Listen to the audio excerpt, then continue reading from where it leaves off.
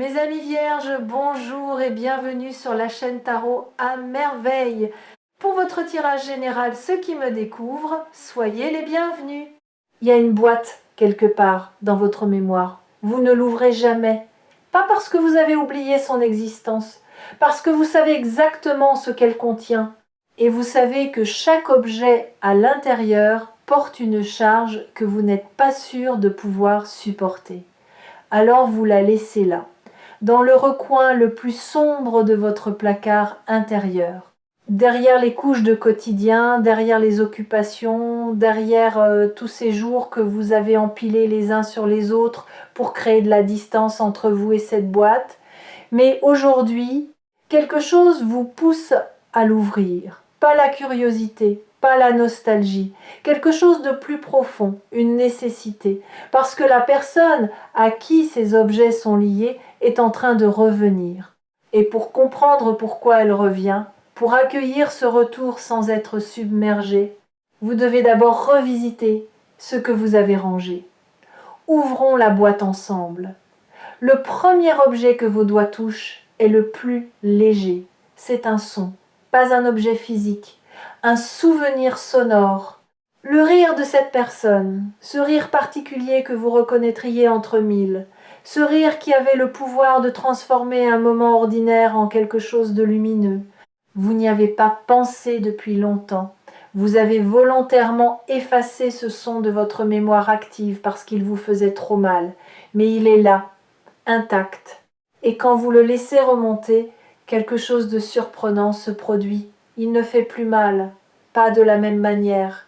La douleur aiguë s'est transformée en quelque chose de plus doux, plus rond. Comme une vague qui a perdu sa force mais pas sa profondeur. Ce changement dans la qualité de la douleur est le premier signe que vous êtes prêt. Prêt à revoir cette personne sans que le passé ne prenne le contrôle du présent. Quand un souvenir cesse de blesser et commence simplement d'exister, c'est que la cicatrisation est suffisamment avancée pour supporter un contact nouveau. Mais il y a plus. Ce rire que vous venez de réentendre dans votre mémoire, il a fait quelque chose en vous. Il a ouvert une brèche dans le mur que vous aviez construit. Pas une brèche dangereuse, une brèche nécessaire.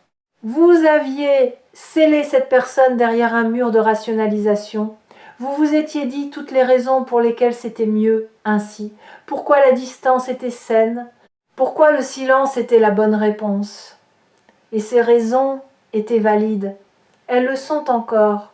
Mais un mur construit uniquement avec des raisons est un mur qui ignore le cœur. Et le cœur, lui, n'a que faire de vos raisons. Il bat, il se souvient, il reconnaît. Et quand il reconnaît un son, un rire, une fréquence familière, aucun mur de raison ne peut l'empêcher de vibrer. Laissez-le vibrer. Ce n'est pas une faiblesse. C'est votre humanité qui fait son travail. Deuxième objet dans la boîte, celui-ci est plus lourd, c'est une conversation, la dernière vraie conversation que vous avez eue avec cette personne. Pas la dernière chronologiquement, la dernière qui comptait. Celle où quelque chose d'authentique a été échangé. Peut être que c'était une dispute, peut être que c'était un aveu, peut être que c'était un silence partagé qui disait plus que n'importe quel discours. Cette conversation est restée gravée en vous parce qu'elle portait un message que ni vous ni l'autre n'étiez capable de déchiffrer à l'époque. Un message codé dans les mots, les hésitations, les regards détournés, les larmes retenues. Aujourd'hui, avec le recul, avec la maturité que le temps a construite en vous, ce message commence à se révéler. Et ce qu'il dit est plus simple que tout ce que vous aviez imaginé. Il dit « Nous ne sommes pas finis ». Pas au sens romantique nécessairement, pas au sens d'un retour identique à ce qui a été, au sens d'un lien qui n'a pas accompli tout ce qu'il devait accomplir. D'une histoire dont le dernier chapitre n'a pas encore été écrit, vous avez cru que c'était fini, que le départ de cette personne ou votre propre éloignement avait mis un point final à quelque chose. Mais ce que vous aviez pris pour un point final étaient en réalité des points de suspension. Et les points de suspension, par définition, sont une promesse de suite. Troisième objet. Celui-ci vous surprend. Ce n'est pas un souvenir agréable ni un souvenir douloureux, c'est un doute.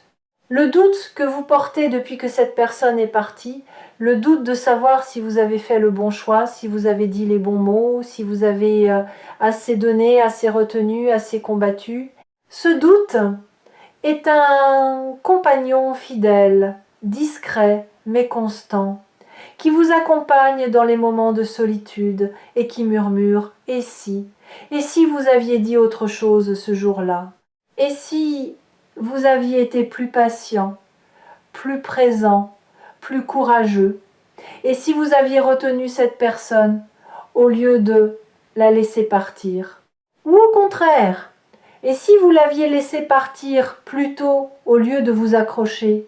Ces « et si » sont des labyrinthes sans sortie, vous le savez. Vous savez que le passé ne se modifie pas. Et pourtant, le doute persiste. Voici ce que je veux vous dire au sujet de ce doute. Il ne prouve pas que vous avez fait une erreur. Il prouve que le lien avait de l'importance. On ne doute pas au sujet des personnes qui ne comptent pas. On les oublie, sans effort, sans labyrinthe mentaux. Le doute est, paradoxalement, la preuve de la profondeur de la connexion. Et cette profondeur est exactement la raison pour laquelle cette personne revient. Mais le doute cache aussi autre chose. Il cache votre propre croissance. Parce que la personne qui doute aujourd'hui n'est pas la même que celle qui vivait ces événements à l'époque. Vous posez des questions que l'ancien vous n'aurait jamais posées. Vous envisagez des nuances que l'ancien vous n'aurait jamais perçues. Le doute lui-même a mûri. Il n'est plus ce questionnement obsessionnel et circulaire qui vous réveillait à 4 heures du matin. Il est devenu une forme de méditation, une capacité à tenir l'incertitude sans qu'elle vous détruise. Et cette capacité, cette tolérance à l'ambiguïté est exactement ce qu'il faut pour naviguer le retour de quelqu'un dont l'histoire avec vous ne rentre dans aucune case simple. Quatrième objet, en fouillant plus profondément dans la boîte, vos doigts rencontrent quelque chose que vous ne vous attendiez pas à trouver. Ce n'est pas un souvenir de l'autre, c'est un souvenir de vous, de qui vous étiez quand cette personne faisait partie de votre vie. Et cette version de vous est différente de celle que vous êtes maintenant. Pas meilleure, pas pire, différente.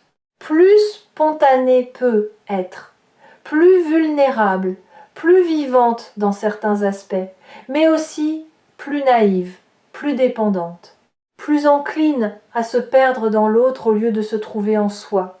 Vous avez grandi depuis, vous avez changé, pas seulement en surface, en profondeur, votre manière d'aimer a changé. Elle était autrefois une vague qui submergeait tout, vous y compris. Elle est maintenant une marée, puissante mais rythmée, qui avance et qui recule, qui sait donner de l'espace sans se retirer, qui sait être présente sans envahir. Cette évolution est directement liée au départ de cette personne. L'absence vous a enseigné ce que la présence ne pouvait pas enseigner. Comment être entier sans l'autre? Comment être complet dans la solitude? Comment transformer le vide laissé par quelqu'un en espace de croissance personnelle? Et voilà le paradoxe magnifique de la situation. C'est parce que vous n'avez plus besoin de cette personne qu'elle peut revenir. Tant que vous aviez besoin d'elle, tant que son retour était une question de survie émotionnelle, la porte restait fermée, non pas par cruauté du destin, par sagesse. Parce que retrouver quelqu'un depuis un état de manque ne produit jamais une relation saine. Cela produit une dépendance mise à jour, un attachement recyclé, un schéma relancé. Mais retrouver quelqu'un depuis un état de plénitude, cela produit quelque chose d'entièrement différent. Un choix, pas un besoin. Un choix libre, conscient, posé depuis un lieu de solidité intérieure. Et c'est ce choix-là que la vie vous prépare. Réfléchissez un instant à ce que cela signifie. Avant, si cette personne était revenue, vous l'auriez accueillie avec un mélange de soulagement et de terreur. le soulagement de retrouver ce qui manquait, la terreur de le perdre à nouveau. Et cette dynamique aurait recréé exactement les mêmes conditions que la première fois, la même danse anxieuse, les mêmes questions non posées par peur de la réponse, les mêmes compromis faits par peur de la solitude, le même sacrifice de soi déguisé en amour. Maintenant, c'est différent. Si cette personne revient, et elle revient, vous l'accueillerez depuis un lieu que vous n'occupiez pas la première fois. Un lieu où vous savez qui vous êtes en dehors de cette relation, où vous connaissez vos limites, vos besoins, vos non négociables, où vous êtes capable de dire « Oui, je veux que tu sois dans ma vie, mais pas à n'importe quel prix. Pas au prix de ma paix, pas au prix de mon intégrité, pas au prix de cette version de moi que j'ai mis si longtemps à construire. » Cette capacité de poser des conditions à l'amour n'est pas de l'égoïsme, c'est de la maturité. Et c'est précisément cette maturité qui va permettre au lien de fonctionner cette fois-ci d'une manière qu'il ne pouvait pas fonctionner avant. Parce que deux personnes entières qui se choisissent librement créent quelque chose de fondamentalement différent de deux personnes incomplètes qui s'agrippent l'une à l'autre par peur du vide. Ce que vous allez construire ensemble, si vous le choisissez, sera neuf. Pas une réparation de l'ancien, pas un replâtrage des fissures. Quelque chose d'entièrement neuf, construit sur les fondations de tout ce que l'ancien vous a enseigné. Et ces fondations, parce qu'elles ont été testées par la tempête, seront les plus solides que vous ayez jamais posées. Si vous écoutez cette vidéo sur Tarot à merveille en ce moment, c'est que votre plénitude a atteint un niveau suffisant pour que ce retour soit non seulement possible mais bénéfique. Vous n'attireriez pas ce message si vous n'étiez pas prêt à le recevoir. L'univers n'envoie pas des invitations à ceux qui ne sont pas en état de danser. Cinquième objet. Au fond de la boîte, sous tous les autres, il y a quelque chose que vous n'avez jamais regardé directement. Un cadeau que cette personne vous a fait sans le savoir. Le cadeau de la perspective. Quand elle faisait partie de votre vie, vous étiez trop proche pour voir clairement, trop immergé dans l'émotion, dans le quotidien, dans la dynamique à deux. Vous voyiez les arbres mais pas la forêt. Vous viviez les scènes mais ne compreniez pas l'intrigue. Et c'est seulement après son départ, dans le silence immense qui a suivi, que la perspective est apparue. Vous avez commencé à comprendre des choses que vous ne pouviez pas comprendre à l'intérieur de la relation, pourquoi elle agissait de telle manière, ce que ces silences protégeaient, ce que ces maladresses tentaient d'exprimer. Vous avez vu, avec des yeux neufs, les moments de tendresse que vous aviez minimisés et les moments de douleur que vous aviez dramatisés. Vous avez rééquilibré l'image, et cette image rééquilibrée est plus juste, plus nuancée, plus humaine que celle que vous aviez quand vous étiez au cœur de l'histoire. Cette perspective est votre plus grand atout pour ce qui vient, parce que la personne qui revient va revenir elle aussi avec une perspective nouvelle. Elle a fait son propre chemin, son propre travail intérieur, ses propres prises de conscience dans le silence de votre absence. Et quand deux personnes qui se sont connues dans l'aveuglement de la proximité se retrouvent avec les yeux de la distance, ce qui se produit n'est pas des retrouvailles. C'est une première rencontre, la première vraie rencontre. Celle où l'on voit l'autre tel qu'il est réellement, pas tel qu'on avait besoin qu'il soit. Et cette première vraie rencontre portera en elle une tendresse que vous n'aviez jamais connue ensemble. Pas la tendresse de la passion qui consume, la tendresse de la reconnaissance de deux êtres qui savent ce qu'ils ont traversé séparément pour arriver à ce point, qui portent chacun leurs cicatrices de la même bataille menée sur deux fronts différents et qui, en se revoyant, n'ont pas besoin d'expliquer, parce que l'explication est inscrite dans les yeux, dans le tremblement presque invisible de la voix, dans cette manière de se tenir un peu plus droit, un peu plus solide, un peu plus vrai qu'avant. Cette tendresse-là ne se fabrique pas, elle ne s'imite pas, elle ne se produit qu'entre deux personnes qui se sont perdues et retrouvées. Et elle est l'un des trésors les plus rares de l'expérience humaine. Maintenant parlons du retour lui-même, de sa forme, de son timing, de ce à quoi vous devez vous attendre et plus important encore de ce que vous ne devez pas attendre. Ce retour ne ressemblera pas à une scène de film.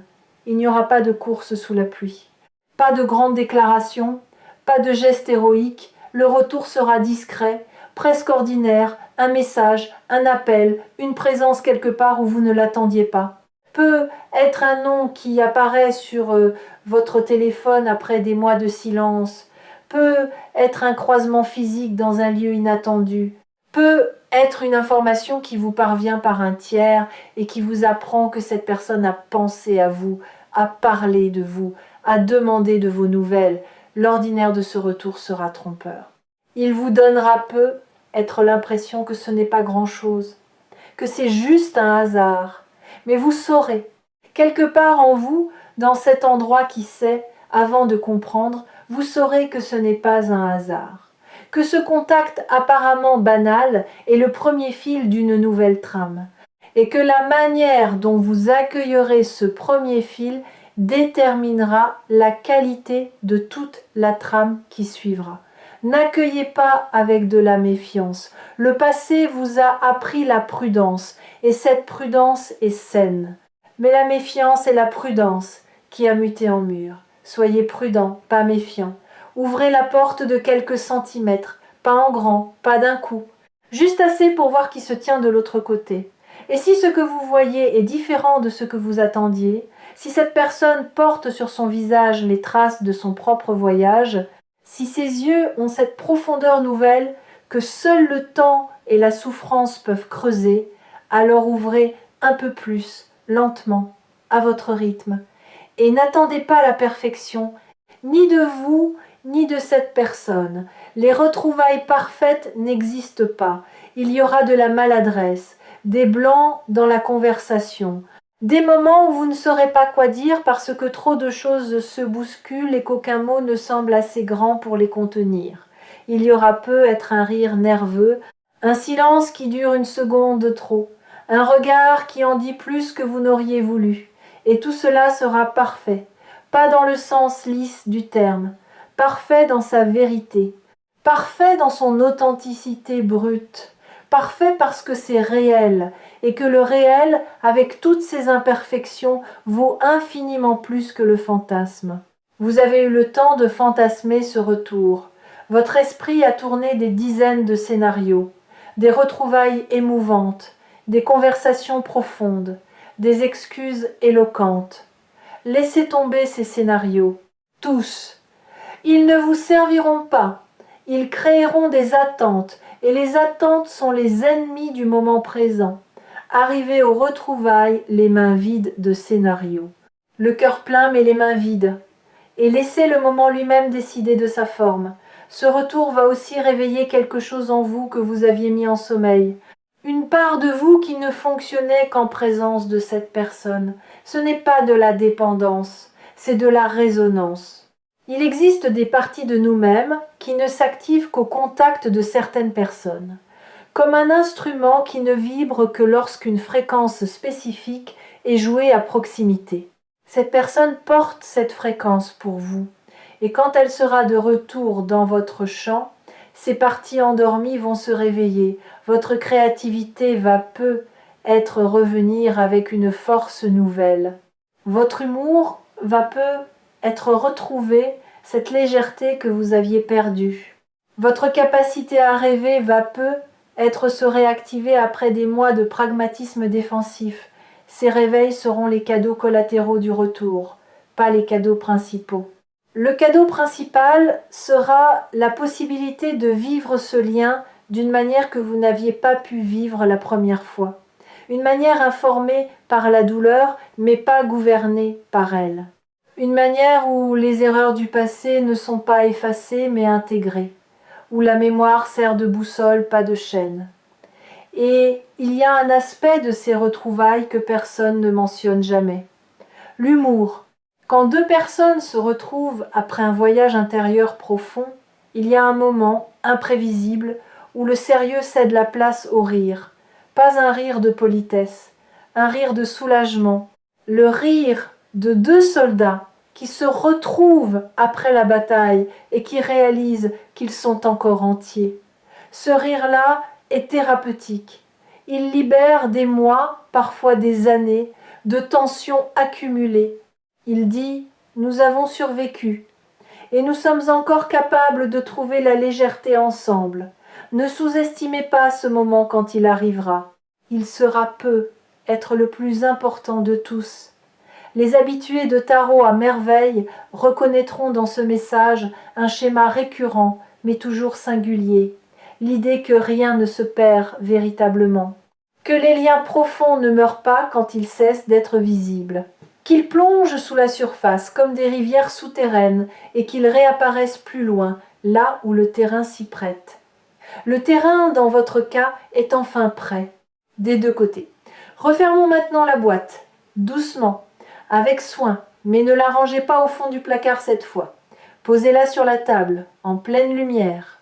Parce que ces objets ne sont plus des reliques douloureuses, ce sont des outils de compréhension, des clés qui vous aideront à naviguer ce qui vient, le rire qui ne fait plus mal, la conversation dont le message se déchiffre enfin, le doute qui prouve la profondeur, le souvenir de vous-même qui mesure la croissance, la perspective qui garantit une rencontre plus vraie. Tout cela forme le bagage avec lequel vous allez accueillir ce retour. Pas les mains vides, pas le cœur vide. Avec tout ce que l'absence vous a enseigné et tout ce que la présence ancienne vous a donné, cette personne revient, pas par hasard, par nécessité. La nécessité de deux parcours qui ont besoin l'un de l'autre pour atteindre leur prochain palier, pas pour se compléter, pour se catalyser, pour provoquer chez l'autre le mouvement que la solitude seule ne pouvait pas produire, et quand elle sera là, quand son visage sera de nouveau devant vous, ne cherchez pas l'ancienne version, elle a changé, comme vous. Cherchez plutôt les traces du voyage, les lignes nouvelles autour des yeux, la douceur qui n'existait pas avant, la patience qui s'est installée là où il y avait de l'impatience. Et dans ces traces, dans ces changements, reconnaissez le miroir de vos propres transformations. Parce que vous avez grandi dans le même silence, pleuré dans la même absence, et mûri vers le même point de convergence sans le savoir. La surprise est inévitable. Ce mot, inévitable, mérite qu'on s'y attarde. Inévitable signifie que rien de ce que vous ferez ou ne ferez pas ne peut empêcher ce retour. Il est inscrit dans la trame de vos deux parcours. Vous pouvez résister, vous pouvez fermer la porte, vous pouvez prétendre que vous n'avez rien senti. Mais l'inévitable a ceci de particulier qu'il ne demande pas la permission. Il arrive et votre seul pouvoir n'est pas de l'empêcher, mais de choisir comment vous le recevez. Il y a une dernière chose que la boîte vous a apprise et que je veux nommer avant de conclure. En ouvrant cette boîte, en touchant chaque objet, en laissant chaque souvenir remonter, vous avez fait quelque chose de courageux. Vous avez accepté de ressentir, dans un monde qui nous pousse à éviter, à contourner, à anesthésier, vous avez plongé vos mains dans la mémoire et vous avez touché ce qui fait mal. Et vous n'en êtes pas mort. Vous n'avez pas été submergé. Vous avez traversé. Et de l'autre côté de cette traversée, il y a une sérénité que vous n'aviez pas avant d'ouvrir la boîte. Cette sérénité est votre armure invisible pour ce qui vient. Pas une armure qui empêche de ressentir, une armure qui permet de ressentir sans se perdre, qui permet de revoir cette personne en sentant le tremblement mais sans tomber, en reconnaissant la charge mais sans être écrasé, en accueillant l'émotion mais sans la laisser prendre les commandes. Vous êtes prêt d'une manière dont vous n'avez jamais été prêt avant. Et cette personne, de son côté, atteint le même état de préparation. Deux horloges intérieures synchronisées sans le savoir, deux parcours parallèles qui convergent vers le même moment, deux silences qui s'apprêtent à se rompre simultanément recevez-le avec grâce, avec ouverture, avec cette sagesse tremblante de celui qui sait que les plus beaux chapitres sont souvent ceux qu'on n'avait pas prévus. Et si cette vidéo vous a trouvé au moment exact où vous en aviez besoin, gardez Tarot à merveille proche de vous, comme une boussole qui ne pointe pas vers le nord, mais vers la vérité, votre vérité. Celle qui savait, bien avant votre tête, que cette personne reviendrait, que ce lien n'avait pas dit son dernier mot, que l'absence n'était pas une fin, mais une transformation silencieuse qui vous préparait tous les deux à une version du lien que vous n'auriez jamais pu atteindre sans elle. La boîte est ouverte, les objets sont sur la table. Le rire, la conversation, le doute, le souvenir de vous-même, la perspective. 5 témoins silencieux de ce qui a été et de ce qui sera. Et quelqu'un frappe à la porte. Allez ouvrir, vous savez qui c'est, et cette fois, vous êtes prêts.